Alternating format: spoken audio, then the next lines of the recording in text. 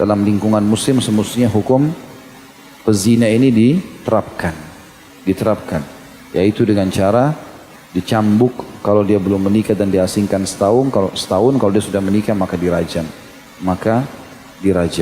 ya. Dan ini Umar bin Khattab sangat khawatir jangan sampai nanti tiba di akhir zaman, ya mungkin kayak di zaman kita sekarang, malah dianggap asing dan aneh kalau wanita atau laki-laki atau pria yang berzina setelah menikah dirajam.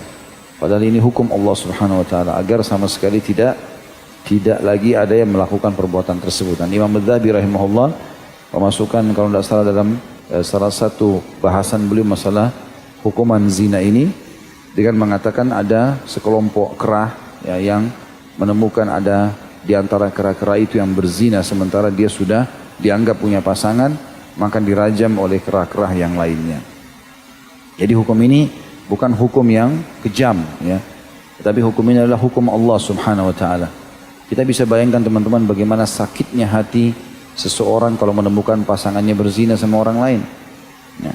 Maka untuk menghilangkan perasaan dendam, rusaknya hubungan di antara masyarakat, maka yang berlaku atau yang melakukan perbuatan dihukum supaya yang lain berhenti.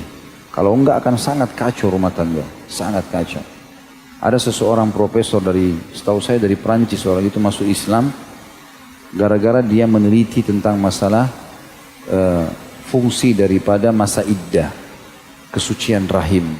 Ya, kenapa dalam Islam kalau wanita dicerai harus nunggu 3 kali masa iddah, 3 kali masa haid, barulah dia boleh menikah. Jadi untuk mengosongkan rahim tersebut. Intinya dia terus melakukan penelitian sampai dia kebetulan punya anak 4 dan dia teliti akhirnya. Dia teliti, dia periksa DNA, ternyata dari 4 anaknya itu 2 bukan darah daging dia. Dan 2 dari darah daging dia.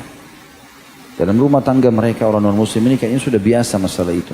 Orang selingkuh akhirnya hamil, ternyata bukan dari suaminya tapi dari orang lain. Ya.